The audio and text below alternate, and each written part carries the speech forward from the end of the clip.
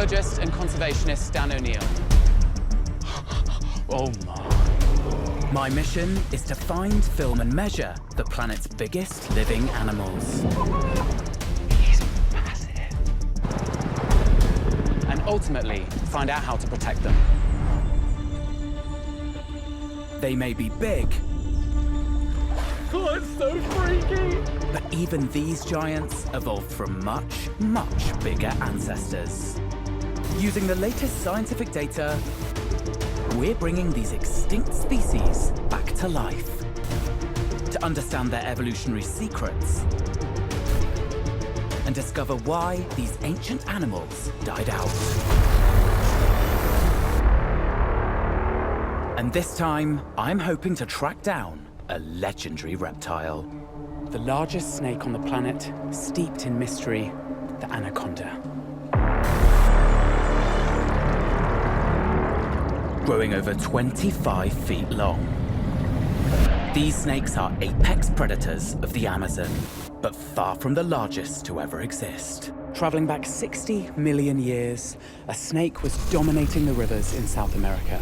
And when it came to size, it blew the anaconda out of the water.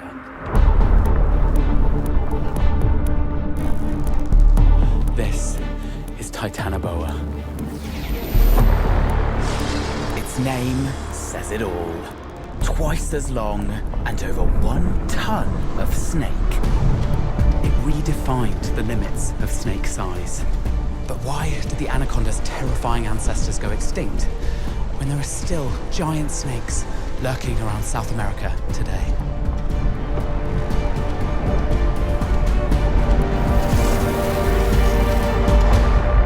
I'm heading to Brazil to find out. My mission to find the largest snakes on Earth has brought me 6,000 miles from the UK.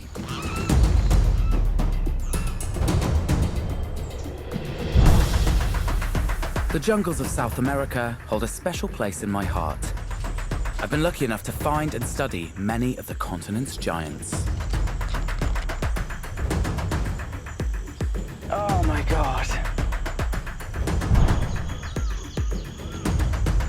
But it's my first time in the unique wetlands of Brazil.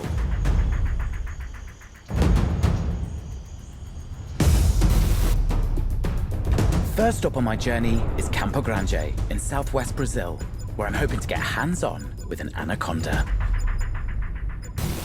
Getting up close to a big, wild anaconda is not something I do every day. So I'm going to learn from a team of experts who deal with these animals all the time.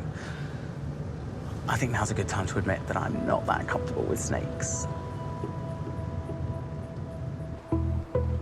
Where better to face my fear than a building containing over 400 of them?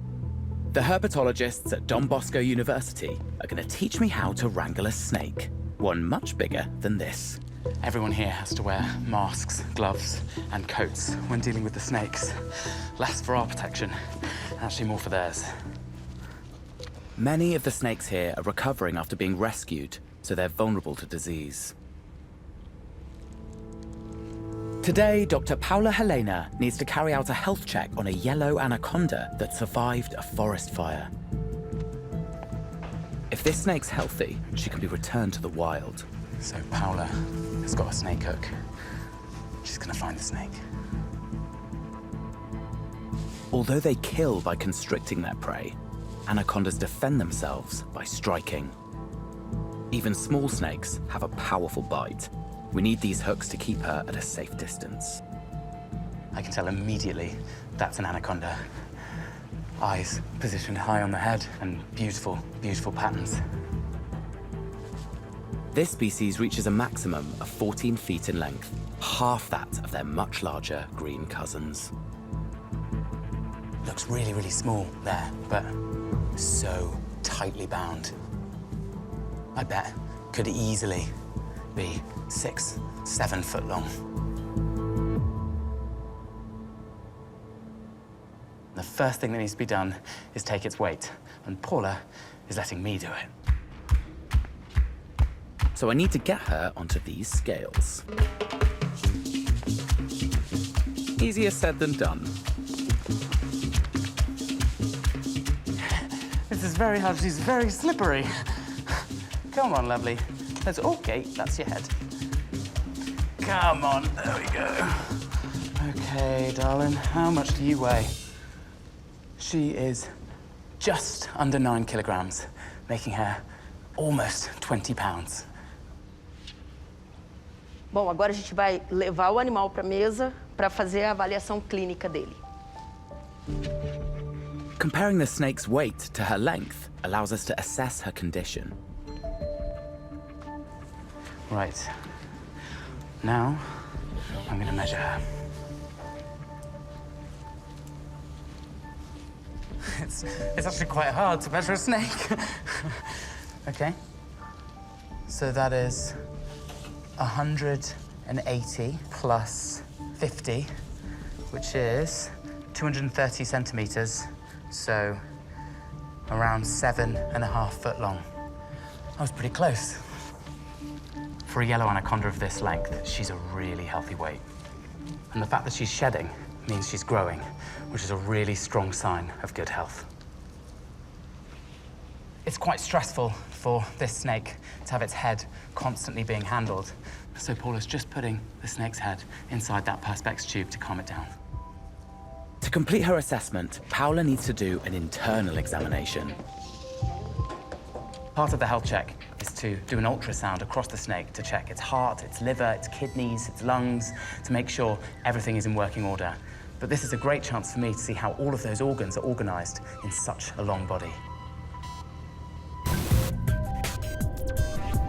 To fit within her thin body, organs like the stomach, liver, and lungs are elongated. Paired organs, such as the kidneys, appear one in front of the other instead of side by side. And to save more space, the left lung is shrunken and tiny compared to the right. I can feel how strong she is just by the head. It's like a tube of muscle.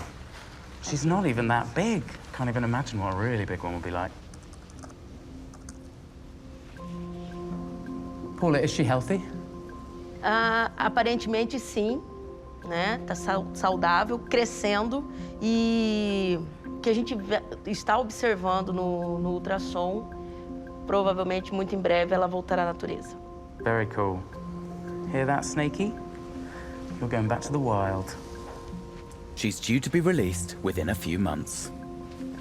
We're going to pop her in. I'm going to twist this tube off and let her go.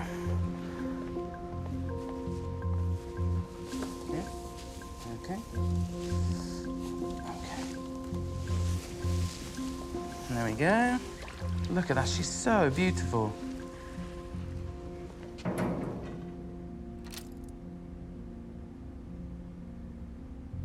Handling an anaconda for the first time has definitely given me a healthy respect for these snakes. But yellow anacondas don't even come close to the size of their green cousins.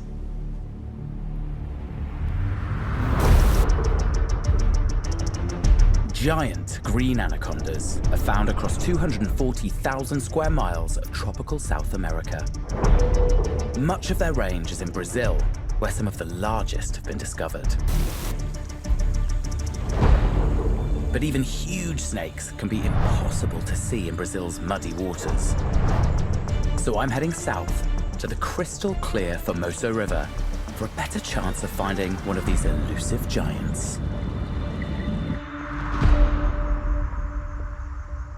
This is definitely snake country.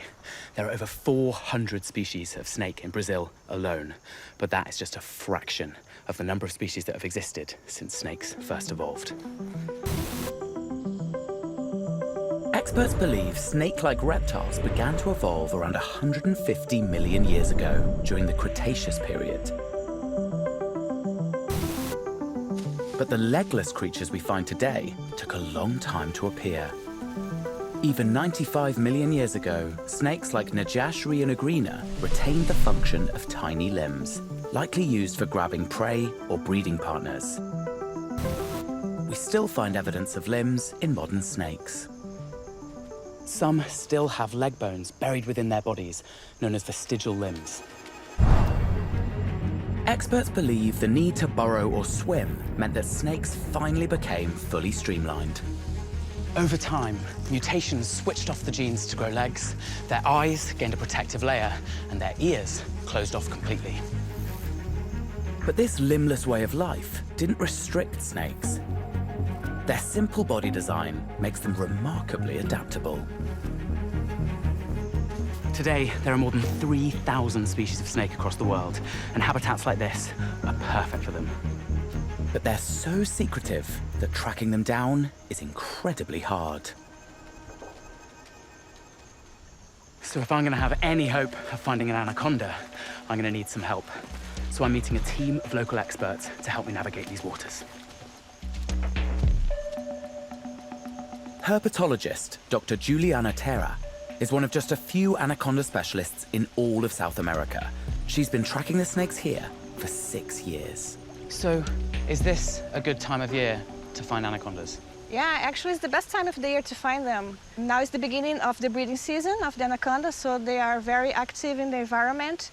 The females releasing pheromones to attract the males, and the males are active everywhere to try to find the females.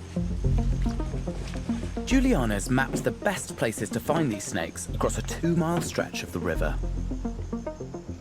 How many anacondas are in this area? In this area, around 30 animals, including males, young females. And her records include 4 giant snakes spotted within the last year. What is it that you're trying to find out about the snakes here? Well, I'm studying natural history of the green anacondas, which includes reproduction, diet, pattern of activities, use of the environment, use of microhabitats. And all of these things are very important for management plans and conservation plans for anacondas. Why is it important to study giants like anacondas? Anacondas are top predators. We know that top predators have a major role in the food chain. And if you have a healthy population of a top predator, it's more likely for the whole environment to be healthy as well. Juliana's worked with teams to handle and measure these keystone predators.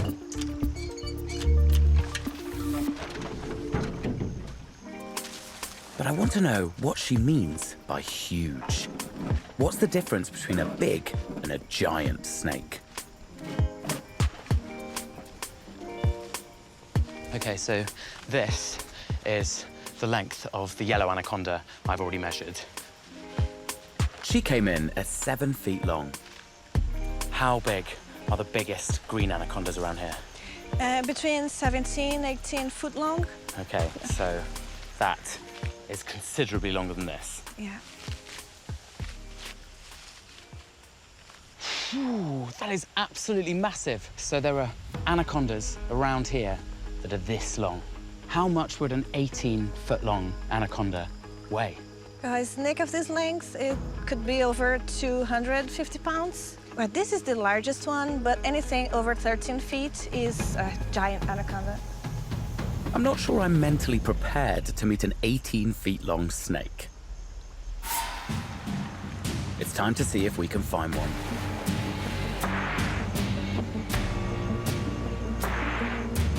Joining us is boat skipper and expert local guide, Juka Igarape. Our hope is to find anacondas basking in the sun. Like all animals, snakes need to keep their internal temperature high enough to support vital cellular functions. But unlike humans and other mammals, they don't generate warmth within their bodies. They absorb heat radiation from their environment and the sun. But even a basking snake is hard to find, blending in with incredible camouflage. So we have to keep lookout from now. Yeah. The tree is a riverbank.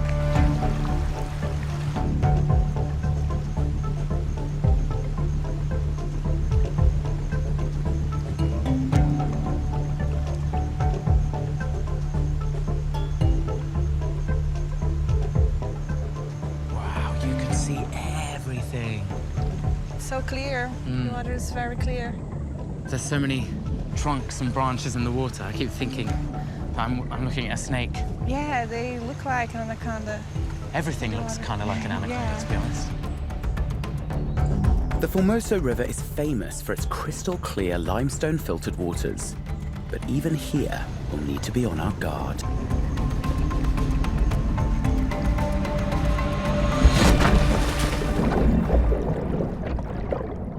Thought that was an anaconda. Taking the boat out. It doesn't take long to arrive at the first sight, a perfect basking spot for a giant. So she used to be on this trunk here? On this trunk, yeah, but all of this area. She actually can be here and you're not seeing her. Ooh. God, everything looks kind of like an anaconda. The trunk looks like an anaconda. That can trick you. Even though this anaconda isn't basking here, it may still be hiding nearby, waiting for the area to warm up or for prey to pass. I'm a bit nervous. Oh, Dan, just get in.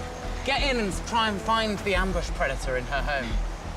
She's not here right now, though. No, she's not here, fortunately. But we can keep looking for her. Bloody hell. Okay, so where next?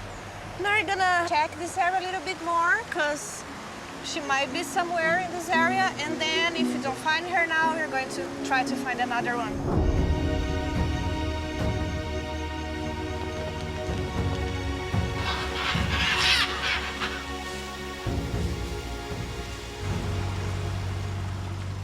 What do the anacondas eat around here?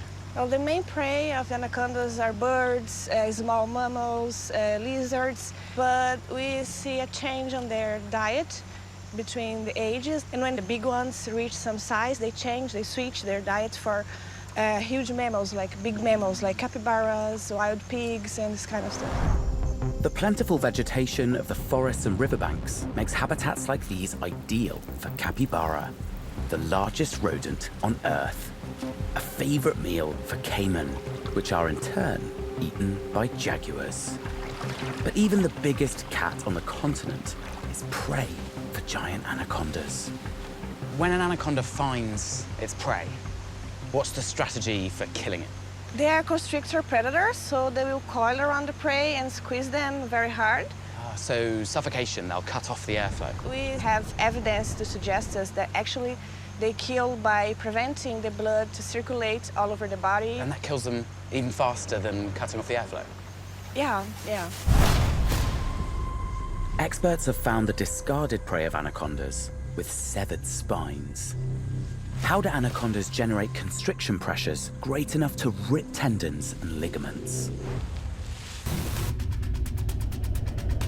A complex arrangement of axial muscles connect anacondas' ribs and vertebrae, allowing hundreds of muscles to tighten simultaneously across their entire body. With constriction forces in large snakes measured above 25 pounds per square inch, an 18-foot anaconda could create over 8 tons of pressure across my chest and back. Anacondas hide and wait for prey in water. Oh God, that'd be a horrible way to die.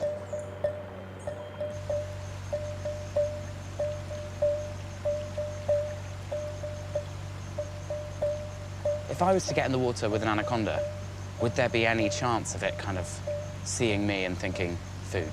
No, not at all. Anacondas don't eat humans. They don't recognize humans as their prey, you know? Because they have all the availability of prey in the environment. Despite the reassurance, I'm not sure I've got the guts to get in the water with a giant. The sun is getting really hot now. And while that's a little tough for us, it's just perfect for the anacondas, because this is when they're going to be coming out, getting on the banks, getting in the sun, and taking it in. We spend several hours crossing off known anaconda hangouts.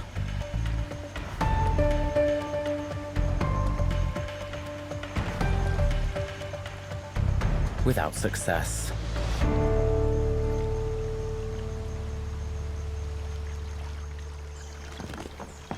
Well, that was a whole day of searching. My brain is a little bit fried, to be honest, thinking every twig, every branch, every rock was an anaconda. But yeah, this is going to be a lot harder than I thought it was going to be. But we keep trying. As we're packing the boats away, we get a report of a sighting in a local tourist area. I'm excited to find my first snake. Oh, wow. But it's not the giant I was hoping for. It's so small. It's a baby anaconda. How old do you think that snake is? Probably months old. He was probably born this year from the last breeding season. So it's just a baby. Yeah. I know there's not much of it in view, but could you guess how long it is? I would say around 2 feet. 2 feet. Yeah. Anacondas live an average of 10 years in the wild, growing very slowly their entire life. Anacondas don't lay eggs like most other reptiles. Live-born young immediately disperse from their mother and are vulnerable to predators. So they avoid the main river, sticking to smaller streams like these. So, at this size, if it was in the main river, do you think it would be eaten quite quickly? Yeah, probably by alligators, small cats and small dogs also. So yeah, you're probably safer here. Even for a baby, this snake is as big as adults of other species. Being large reduces your chance of being eaten. Having a giant mother has its advantages.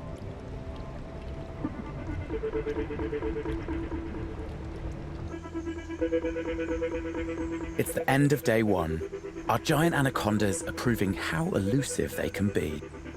It's crazy to imagine there are snakes out there that are 20 foot long, but the biggest anacondas alive today don't even come close to the biggest snake that ever lived. In 2002, the fossils of a giant snake were discovered in Colombia. Reptile paleontologist Dr. Abigail Parker can tell me what we know about this monster.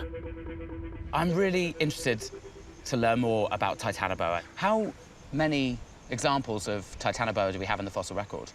So it's only known from one place. They found fossils of vertebrae, and vertebrae are the elements of the backbone. So little bits of bone that run down the backbone of all vertebrate animals. They found 6 or 7 vertebrae stuck together from one individual. How can you infer from just a few vertebrae how big the snake actually was? So what the researchers did, and this is often how we estimate the body sizes of fossils, is take measurements of vertebrae from the modern species where we also know what the total body length or what the body mass is. And then based on that comparison, you can use that to give you a good estimate of what the total body size for the fossil species would have been. How big do we think Titanoboa was? The largest length estimate that we have would be right around 50 feet at the maximum. And if you then translate that length into a body mass, it's something like between 2,000, 2,500 pounds, so a little over a ton.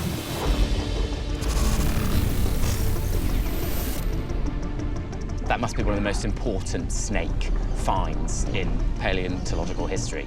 Yeah, it definitely sticks out in the fossil record of snakes.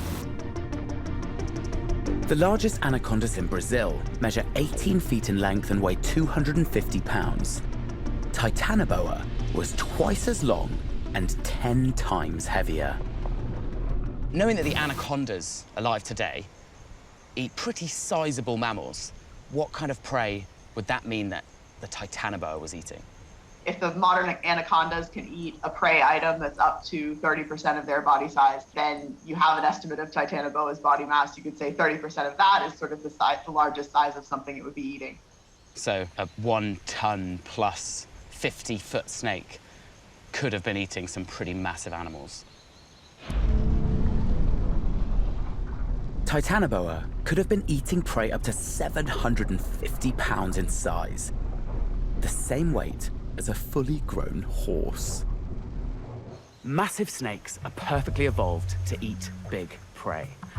But one thing still amazes me. How can they swallow something larger than their own head?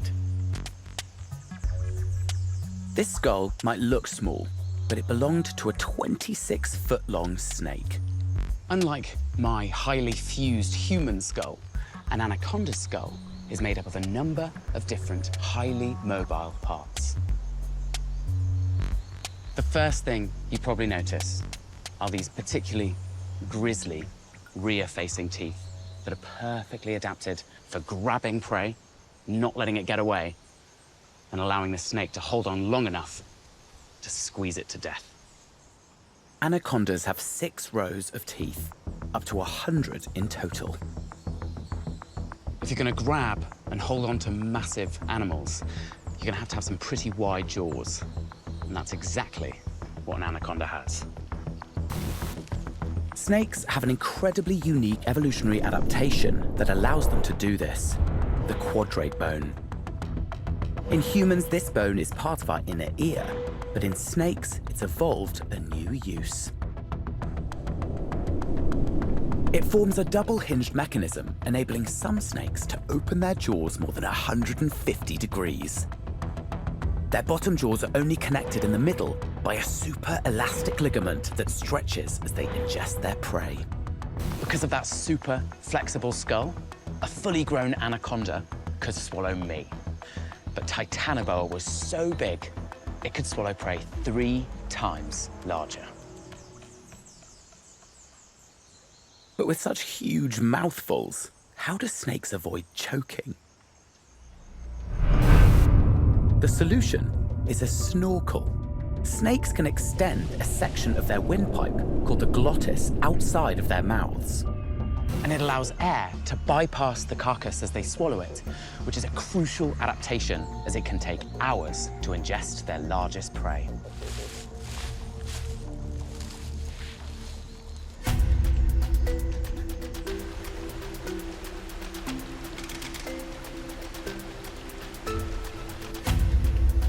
As all the closest anaconda spots are empty, we need to search further upriver, which means tackling the terrain.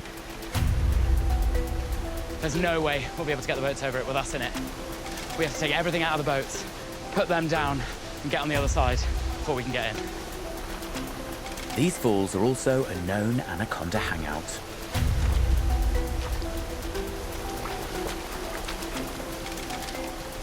And Juliana's found evidence a snake's been lurking here.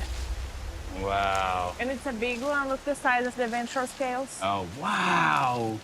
That is incredible.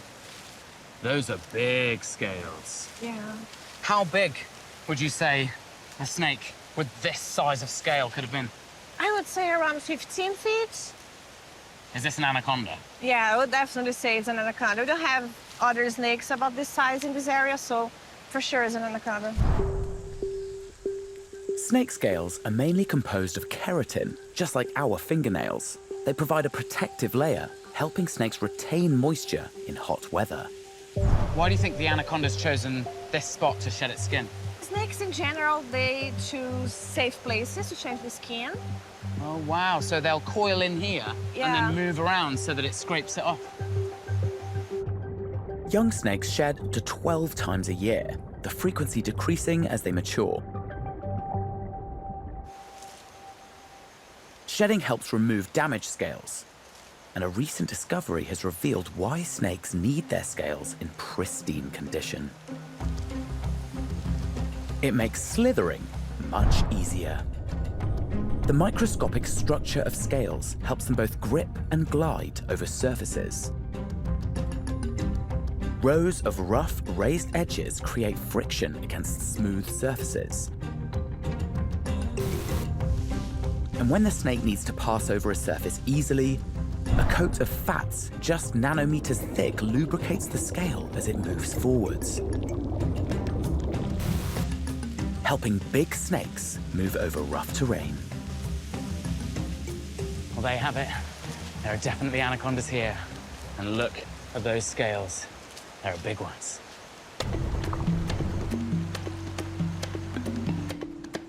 We've reached a section of the river that our metal boats can't pass. So we push deeper using an inflatable.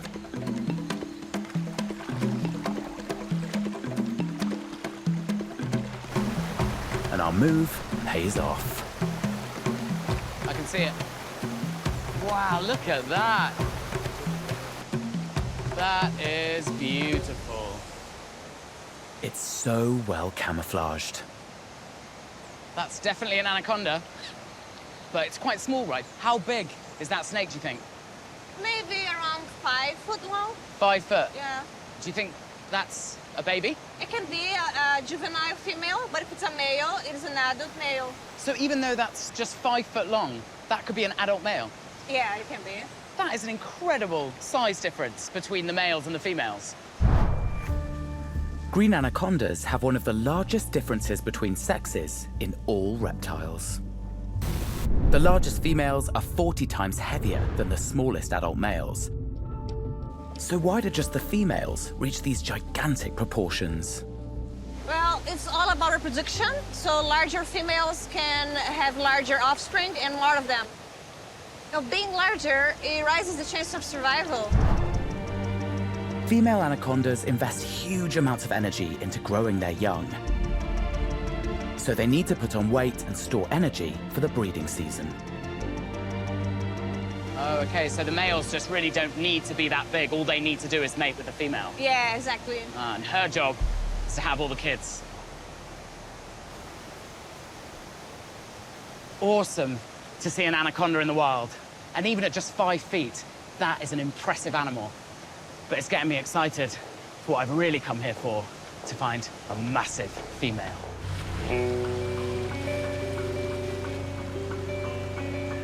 But unfortunately, the weather is conspiring against us. We've been searching for a few days now, and nothing. And last night, it got really cold.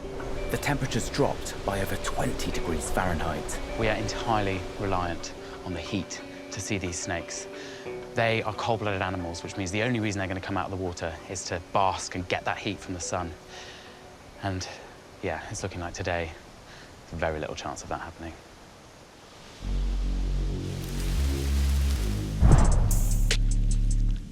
Although snakes are found across much of the world, the largest species are restricted to the tropics.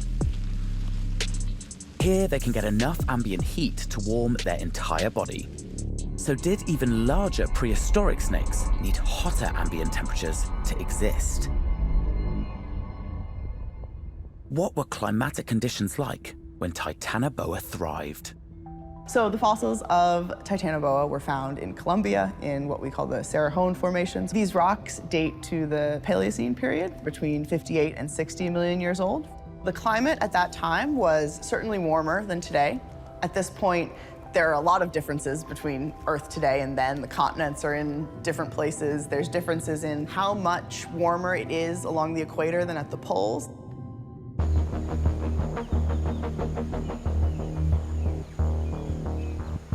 So large areas of the world would have been pretty much tropical forests. And in the particular area of South America that this was, it was definitely a forested environment. So this sort of tropical aquatic environment probably had a lot of resources coming in terms of plant productivity in the nearby forest and in the water itself, which can support a really diverse community of both vertebrate and invertebrate animals. Like giant fish, giant turtles, and crocodiles, all ideal prey for giant snakes. But the presence of these animals was as crucial as the absence of others. The fossils of Titanoboa are from only 7 million years after the extinction of the dinosaurs. The evolutionary chance for this really very, very large snake to evolve came quite quickly after that extinction event. They're not competing with large carnivorous dinosaurs, and mammals haven't reached anywhere near the size of a ton yet. So it's sort of early in the evolution of dominant mammalian carnivores. There aren't mammals to compete with it, which begins to happen a couple million years later. A lack of carnivore competitors could have made this period in Earth's history perfect for giant reptiles. But today, modern snakes have to compete with a range of large mammals, and us humans pose the greatest threat. In modern-day Brazil, that means that humans and anacondas often cross paths. With cold weather still hampering my mission, I'm meeting Ronald Rohrer to hear about his close encounter. So where was this? Nearby a public place that we usually go for swimming at the riverside. So what happened? My dog, not this one, not this little one, a dog that is about easily 40 kilos, went for drinking some water nearby the river. The dog approached to the water.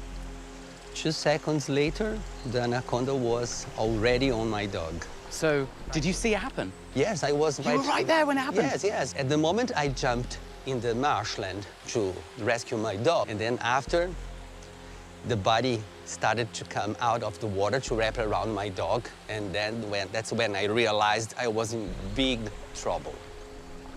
How big was the snake? It's like a tree trunk. It's this thick. Surely that's incredibly dangerous for you to jump in after the snake that could easily have killed you. I just focused on the head because this is the only place you can still do some damage.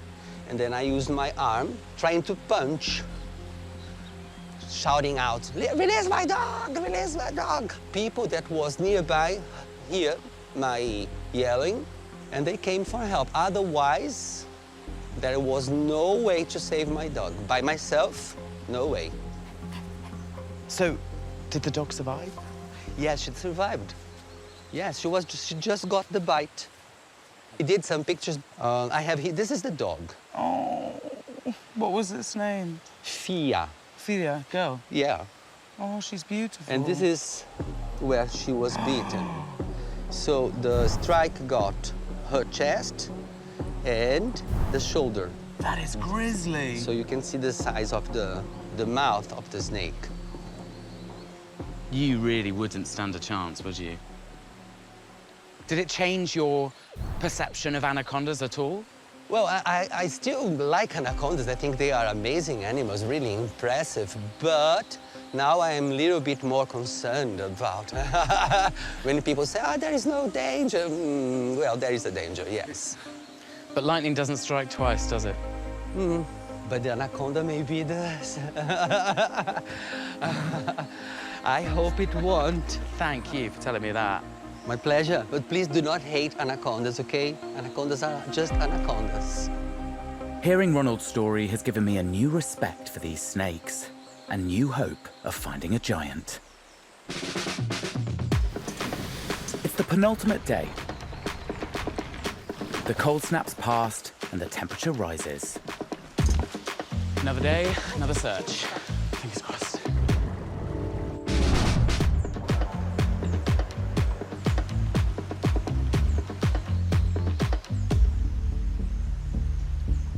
We've arrived at the next basking spot. Juliana has previously measured an 18-foot-long anaconda here, one she affectionately named Iara, which means Queen of the River. You can see immediately her favorite place to sit. Completely flat and massive. You can tell she's a massive snake. But she's not there. What are you looking for, Juliana? I'm looking if she's not here under the banks. The banks of the river are riddled with caves and passages, perfect hideouts for anacondas. But these cover a huge area. The whole team helps to search, and boat skipper Juka knows these waters well. What's Juka found? He thinks he found her, that she's in there, because the water got dirty as like she was moving, you know. But this cave is huge, so she can be like anywhere inside this area. Okay. I can't resist trying to get a glimpse of Iara. The water's so clear here. This is one of the only places in the world that I could potentially find and swim with a giant snake like her. Let's go.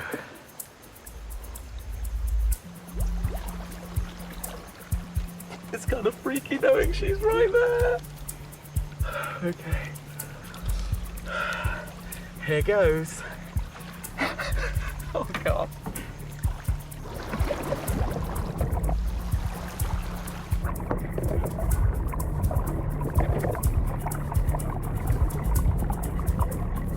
Oh, it's so freaky. It's so freaky.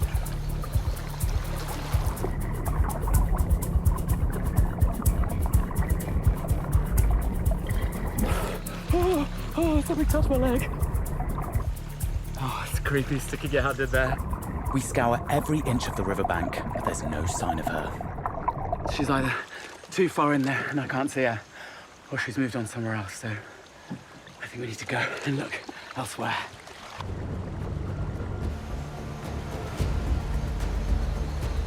With Iara hiding from us, we're running out of sites to check.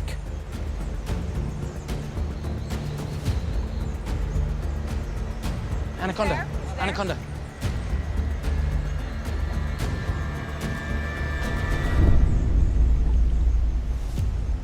That is unmistakably a green anaconda. Incredibly camouflaged. So lucky we saw it, because looked the wrong way at the wrong time, and that would have been completely missed. Beautiful, beautiful animal. She's clearly come out of the water, coiled her way up there, and sat basking in the heat of the day. Such an incredible animal. How big would you say that one is? I would say around 10 foot long. 10 foot? Yeah. So do you reckon it's a male or a female? It's likely a female. Males don't often reach that size. At 10 feet, this female is double the size of the male I already found, but not long enough to be a giant. Oh, really? Okay. So quite a lot more growing to do then, if that's a girl. Yeah, she can reach double of this size. Double? Yeah. Wow. She might not be our giant, but there are signs she's growing. I noticed on her eyes, it's kind of cloudy. Why is that? It means that she's ready to change the skin very soon. Ah, so she's about to get to the next stage. She's growing. Yeah, she's growing. The hard protective layer over her eyes turns cloudy before being shed with the rest of her skin. Do you think at this length, she's old enough to breed? The length tells us that she's at the breeding age, but I'm not sure if she's at the breeding season, you know, because at the breeding season, the females, they get thicker. They get real thicker. So she's a little bit skinny at the moment. Yeah. But actually, if she was in breeding season, she could be way bigger than this. A growing snake is a sign that this ecosystem can sustain the current population of snakes. But finding a giant breeding female will tell us that this habitat can sustain future generations. But she's not as big as we're looking for. I want to find a truly giant anaconda. Every snake we find increases Juliana's understanding of this ecosystem. And this data can help paleontologists understand the fate of their prehistoric ancestors. We really need people who are out there in the field, taking measurements, understanding their ecology. As paleontologists, we can't understand what happened in the past when we don't have enough information about the function of ecosystems now. So what did change and lead to the extinction of Titanoboa? So the climate has changed a lot, even if we just look at this period from, say, 60 million years to today. We get events like formation of ice caps, global cooling, which led into the more recent glacial cycles that we've seen across the planet. As the global average temperature goes up and down, that has quite varied and strong effects on particular environments. Global cooling could have stopped Titanoboa getting the external heat it needed to survive and enough food to maintain its giant size. So in some cases, you see a bit higher risk of extinction for large-bodied species, and all of a sudden the resources that such a big species rely on go away. A lot of them die. They can't sustain the population that they need to continue on into the future. But today's snakes face threats that Titanoboa didn't. If we're comparing the extinction threats to Titanoboa with the threats to anacondas today, the biggest difference is that there are humans today. And humans are driving rapid global climate change, but they're also driving specific changes in habitats, where you might get pollution in waterways, you might get forests being cut down, and those completely disrupt the whole ecosystem that those snakes are living in.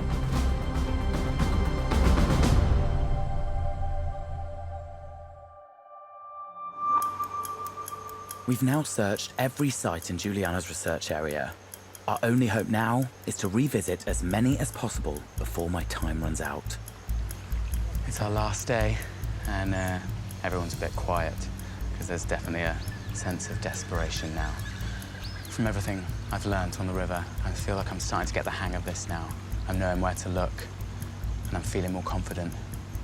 And these conditions are perfect. So I feel like we have everything on our side. We just need the snake.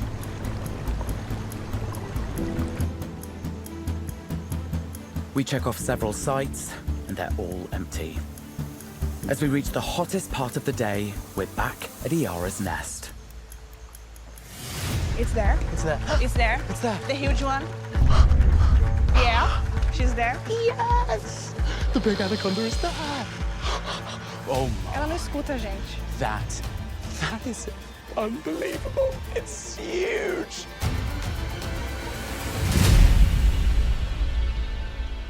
That's a monster. You can't fake this stuff. Last moment of the last day, and we got it. That is one big lady. Now we need to get closer to check her condition. We can't handle her during the breeding season, but at her last measurement 2 years ago, Iara came in at 18 feet long. Can we safely say that we found our giant? Yes, she's definitely a giant. That middle section of her looks insanely wide. How thick do you think she is? I would say a foot wide. That's unbelievable. And that's primarily because she's right now about to breed, do you? Yeah. With an anaconda this big, what does that tell you about the environment? It tells us that we have a healthy environment in the area. And actually, my research through the years is telling me that we actually have a good population of anacondas in this area. We have a lot of females, a lot of breeding females every year. So yeah, we have a stable population of anacondas.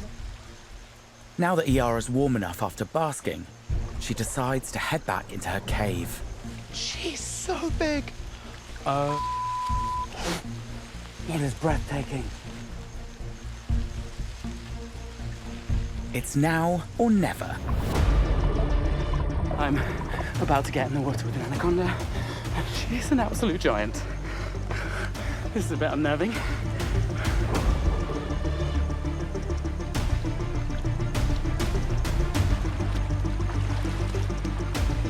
She's right here. I'm gonna get in. But our boats have kicked up the silt. I can't see a thing.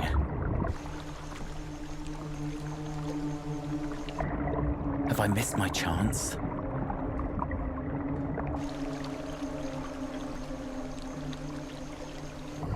It's there. Ela tá ali, Ju, com a cabeça dela ali, ó, subindo na sua frente. Vem aqui, ó. She's right here. I can see her head. Iara's come back up to catch her breath. I'm a bit nervous to get closer.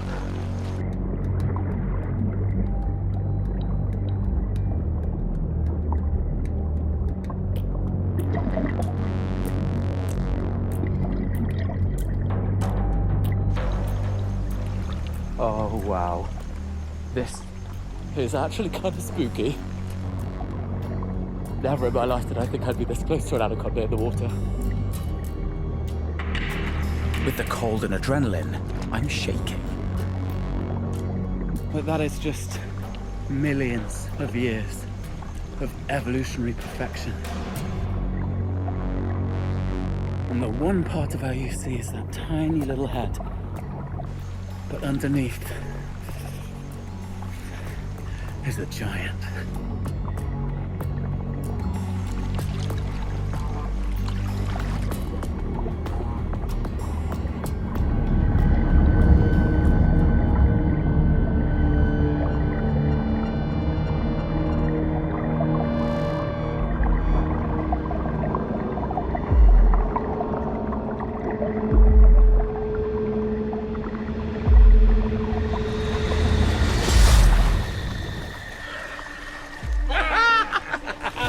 That was unbelievable. She moved her head right by me and went into a hole and disappeared. But I just was face to face with an 18-foot-long anaconda.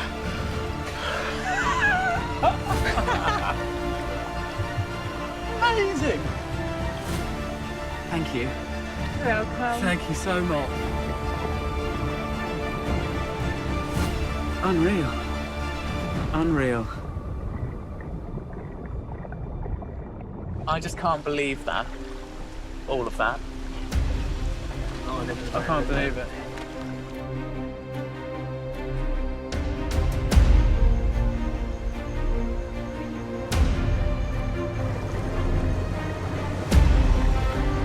I'm so in awe of these creatures. Silent, patient, powerful, killing machines.